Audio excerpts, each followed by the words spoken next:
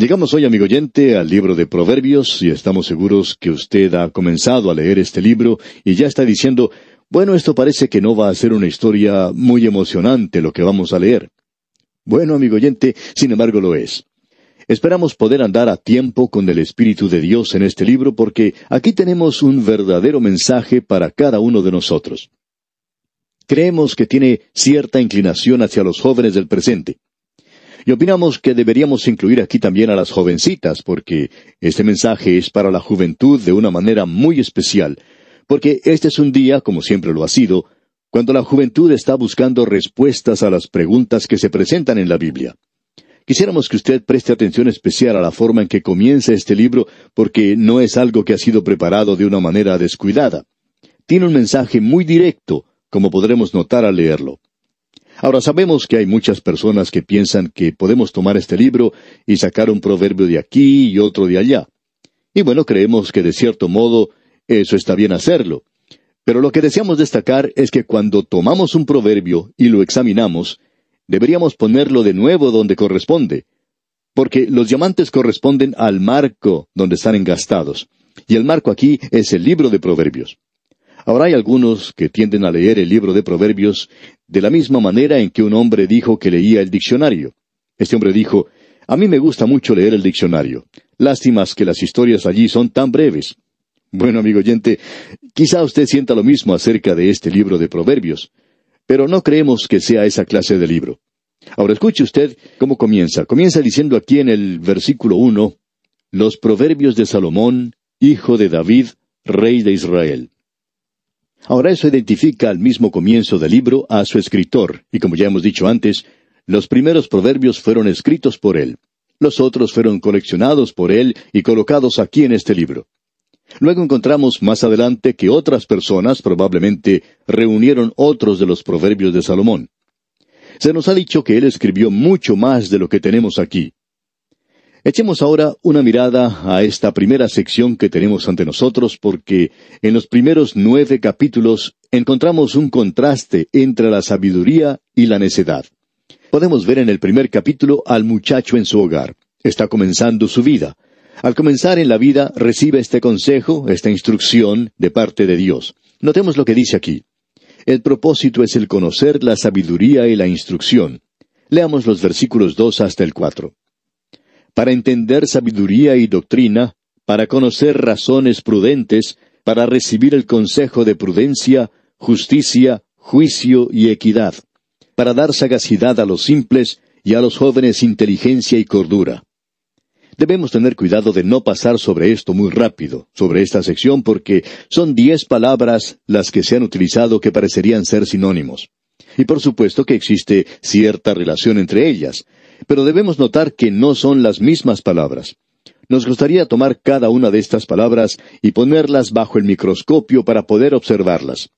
Vamos a descubrir que ellas no son simplemente sinónimos y que no son presentadas ante nosotros en un montón allí para darnos un comienzo impresionante. Cada palabra de Dios es pura, se nos dice, así es que observemos cada una de ellas. Se nos dice en primer lugar, para entender sabiduría. Ahora, ¿qué es lo que quiere decir con sabiduría? Bueno, como ya hemos dicho una y otra vez, la sabiduría en las Sagradas Escrituras, y esta palabra en particular aquí, quiere decir la habilidad de utilizar el conocimiento correctamente. Se repite en este libro de Proverbios unas 37 veces, y quiere decir el usar el conocimiento acertadamente. Eso es sabiduría. Hay muchas personas en el día de hoy, muchas personas que son una eminencia, que tienen conocimientos, pero que parece que no tienen sabiduría. Ellos parece que no pueden utilizarla adecuadamente. Permítanos agregar algo aquí. La sabiduría en el Antiguo Testamento, para el creyente de hoy, quiere decir Jesucristo. En la primera epístola a los Corintios, capítulo 1, versículo 30, se nos dice, «Mas por él estáis vosotros en Cristo Jesús, el cual nos ha sido hecho por Dios sabiduría». Note bien, sabiduría, justificación, santificación y redención. Y amigo oyente, la sabiduría es número 1. Cristo es la sabiduría para el creyente del día de hoy. Necesitamos conocer la sabiduría, tener la sabiduría, Y el conocer la sabiduría es conocer a Jesucristo. Pablo dijo que esa era su ambición, que pueda conocerle a Él. Esa era la ambición de la vida de Pablo, el apóstol. Ah, amigo oyente, que esa sea la ambición que domine su alma y mi alma en el día de hoy. ¿Cuánto lo necesitamos? Yo lo necesito, usted también lo necesita, de eso estamos seguros. La sabiduría aquí, por tanto, es Cristo. Y es la habilidad de poder usar el conocimiento acertadamente. Usted se da cuenta, amigo oyente, que el conocer a Cristo es no llegar a ser necio, es el ser una persona sabia. En cierta ocasión había un cartel que decía, los hombres sabios todavía están yendo hacia Él. Bueno, usted quizá no sea inteligente cuando va a Él, es decir, a Cristo, pero cuando usted le conoce a Él, entonces tiene sabiduría. Bueno, la segunda palabra que tenemos aquí es doctrina o instrucción. Para entender sabiduría y doctrina, dice. Ahora, ¿qué es lo que queremos decir con instrucción? Se menciona unas 26 veces aquí en Proverbios, y lo interesante de ver es que a veces la misma palabra en hebreo es traducida por la palabra corregir o castigar, y eso es interesante.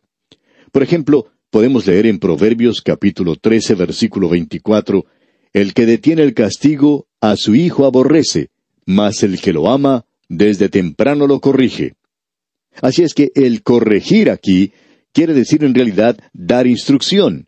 Y por tanto esta palabra instrucción quiere decir que usted tiene que enseñar por medio de la disciplina. Y eso es algo que se ha perdido de vista en la actualidad. Para ilustrar cuán lejos de esto que se menciona en la palabra de Dios estamos en esta sociedad contemporánea, se nos dice que la razón por la cual se pone a los hombres en la prisión es para disciplinarlos y para corregirlos. Permítanos decirle, amigo oyente, que ese nunca fue el propósito en la palabra de Dios al tratar con los criminales. El propósito es el de castigar, el de juzgar. No queda ninguna otra razón. Así es que cuando usted está tratando con un hijo, usted tiene que disciplinarlo porque eso es parte de su instrucción. Usted tiene que castigarle. ¿Y qué quiere decir todo esto? Usted tiene que enseñarle a él por medio de la disciplina y no por medio de penalidades. Escuchamos decir con frecuencia, ese niño debe ser castigado. No, amigo oyente, ese no es el propósito. ¿Por qué toma usted a Juanito y le da unos cuantos correazos cuando hace algo malo? Y espero que lo haga. ¿Por qué lo castiga? ¿Para mortificarlo? Claro que no. Lo hace para enseñarle por medio de la disciplina. Para darnos cuenta entonces que en este día en que vivimos nosotros tenemos todas las cosas confusas, creemos que necesitamos regresar a los propósitos de Dios. Dios dice que la instrucción es enseñar por medio de la disciplina. Podemos ver lo que ocurre en la enseñanza en el día de hoy. Se habla acerca de la enseñanza y de métodos nuevos. ¿Y qué pasó con el antiguo método de enseñar por medio de la disciplina? Eso es algo que ya ni figura en los colegios del presente. Creemos que la disciplina es algo que nuestros colegios y escuelas necesitan urgentemente en el día de hoy. También es muy necesario en el hogar en el presente. A cierto hombre se le preguntó, a un padre por supuesto, ¿golpea usted a sus hijos? Bueno, contestó él, solo en defensa propia.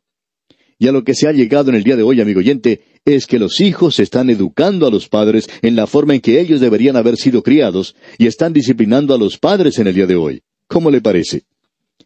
En cierta ocasión, un joven muchacho fue a su papá y a su mamá y les dio un discurso de cómo se deberían comportar, y en ese mismo momento, ese joven estaba bajo la orden de un juez. Él estaba bajo arresto y libre bajo fianza, y aún así él estaba tratando de dar una lección a sus padres. Bueno, quizá los padres necesitaban una lección, pero el hijo, por supuesto, no era quien la tenía que dar. Él no era quien debía presentarla. Como usted puede ver entonces, amigo oyente, el enseñar por medio de la disciplina es instrucción. Y Dios, nuestro Padre Celestial, en la actualidad, nuestro Dios está realizando algo bueno al enseñarnos de esa manera. Creemos que aprendemos mucho mejor cuando Él nos toma de la mano y nos da una golpiza, por así decirlo. Y esas lecciones son algo bastante impresionantes para nosotros. Llegamos ahora a otro dicho aquí en el libro de Proverbios donde se expresa para conocer razones prudentes.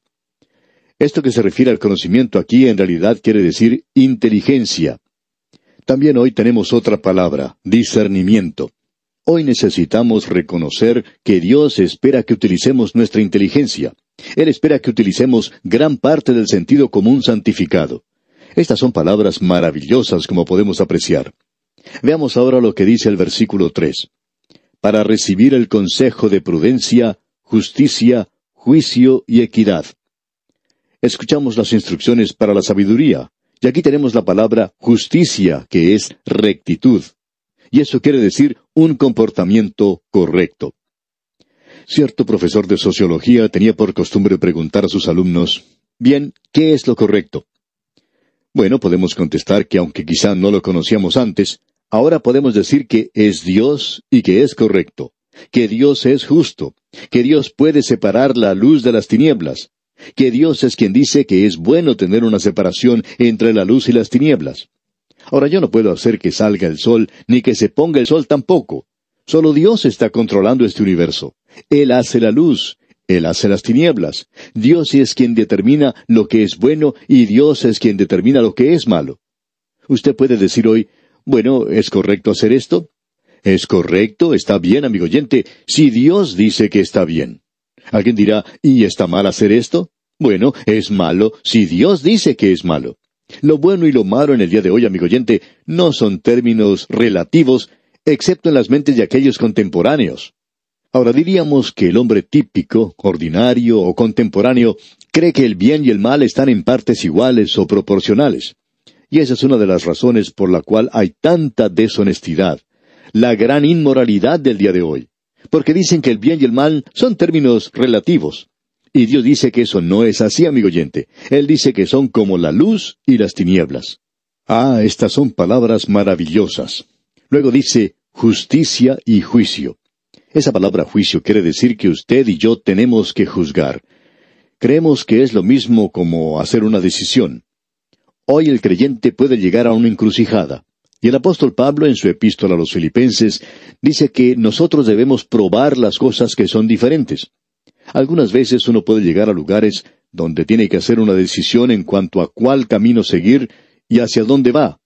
¿Va en esta dirección o en aquella? Muchas veces tenemos que hacer decisiones en nuestra vida como hijos de Dios. Tenemos que consultar con Dios para tomar la decisión correcta. Y estamos seguros que el Señor nos va a dirigir de tal manera que no tengamos dudas en lo que tenemos que elegir. Llegamos luego aquí a otra expresión donde dice, y equidad. Y esto se refiere al principio más que a la conducta. No pensamos que el Hijo de Dios tenga que estar bajo ciertas reglas. Creemos que está bajo ciertos grandes principios en el presente, y que estos principios deberían guiarnos. Por ejemplo, cuando estábamos estudiando la epístola del apóstol Pablo a los Romanos, usted recordará que dijimos que allí se mencionaba 3 grandes principios, que nosotros deberíamos tener entusiasmo por lo que tenemos que hacer. Y amigo oyente, permítanos decirle que hay demasiada conducta cristiana en el día de hoy que se lleva a cabo como si uno estuviera pisando cáscaras de huevo. Ahora no sabemos si deberíamos hacer esto o no, pero amigo oyente, permítanos decirle lo siguiente, no interesa lo que sea. Este es un principio. Si usted no puede dedicarse a eso de una forma entusiasta, entonces no debería hacerlo. El Hijo de Dios debería hacer estas cosas con comodidad, amigo oyente. Cualquier cosa que hagamos, debemos hacerla con entusiasmo, y deberíamos estar convencidos plenamente, como dice el apóstol Pablo.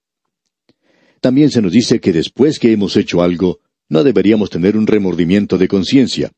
Bienaventurado el que no se condena a sí mismo en lo que aprueba, se nos dice allá en Romanos 14:22. Hay muchas personas que en la actualidad dicen, ¿cómo desearía no haber hecho eso? Bueno, no me tiene que preguntar a mí. Bienaventurado el que no se condena a sí mismo en lo que aprueba. Ese es un principio. No es una regla, sino un principio. Usted puede aplicar eso en cualquier cosa. Y si usted puede mirar hacia lo que hizo en el día de ayer y decir, aleluya, fue un gran día para mí. No interesa lo que usted haya hecho, amigo oyente. Eso fue algo correcto. Ese es un gran principio, ¿ve usted? Y luego tenemos otro gran principio. Debemos llevar nosotros la carga de los demás y no satisfacernos a nosotros mismos. Por tanto, debemos reconocer si lo que estamos haciendo puede ofender a nuestro vecino. ¿Ofende esto a mi hermano? Esos son grandes principios de conducta, amigo oyente, que deberían guiar al creyente. Bien, sigamos adelante, ya que hemos pasado bastante tiempo en esto. Notemos lo que sigue diciendo este libro de Proverbios. Se nos dice aquí en el versículo 4, para dar sagacidad a los simples. Ahora, ¿qué es lo que quiere decir eso? Bueno, creemos que esto se usa mucho en estos días en la televisión. Debemos ser prudentes, eso es lo que se dice. Eso en realidad quiere decir que debemos ser sabios en lo que hacemos. El Hijo de Dios no debe actuar neciamente. Hay algunos matrimonios jóvenes que cometen una equivocación al ir al campo misionero. Ciertos jóvenes simplemente cerraron los ojos a la realidad y salieron al campo misionero. Se les había urgido que no lo hicieran, pero ellos fueron y regresaron fracasados. En realidad, ellos hicieron un desastre de esos días al tomar esa acción. ¿Por qué? Porque no fueron prudentes. Usted tiene que ser sabio en lo que hace, amigo oyente. Usted recuerda lo que el Señor Jesucristo dijo: sed pues prudentes como serpientes y sencillos como palomas. Notemos lo que dice ahora. Y a los jóvenes, inteligencia y cordura. Bueno, la inteligencia aquí se refiere al conocimiento e información que es buena para él. En cierto laboratorio científico de una universidad, se había colocado un cartel que servía como distintivo de los estudiantes de ese lugar, en el cual se leía lo siguiente: lo principal para el saber es saber dónde hallarlo.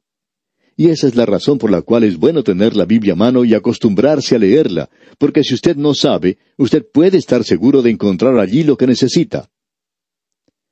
Ahora, la última palabra que se utilizó en este versículo fue cordura. Ahora, ¿qué es lo que quiere decir cordura?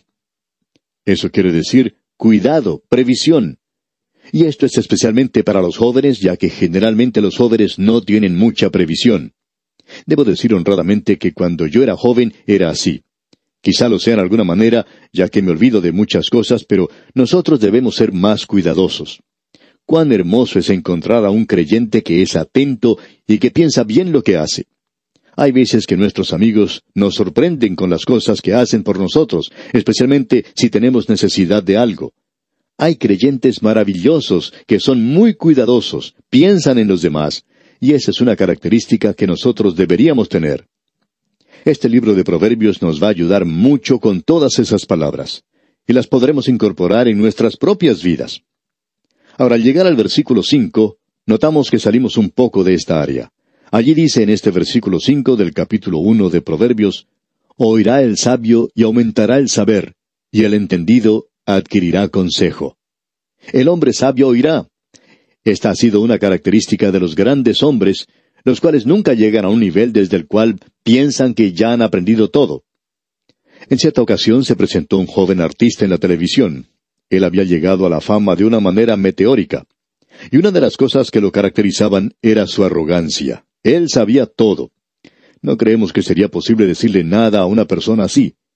Pero aquí se nos dice: oirá el sabio. Y sigue diciendo: y aumentará el saber, y el entendido adquirirá consejo. Ese, amigo oyente, es un desafío, un reto para nosotros al entrar a este libro de Proverbios y estudiarlo.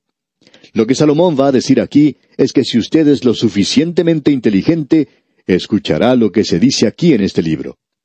Amigo oyente, no es escuchar lo que yo tengo que decir, sino escuchar lo que el Espíritu de Dios tiene que decir en este libro de Proverbios.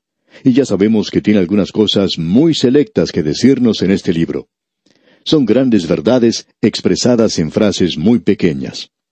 Y aquí, amigo oyente, vamos a detenernos por hoy. Dios mediante, continuaremos en nuestro próximo programa. Será pues, hasta entonces, que las verdades de este libro de Proverbios iluminen su vida día a día, es nuestra ferviente oración.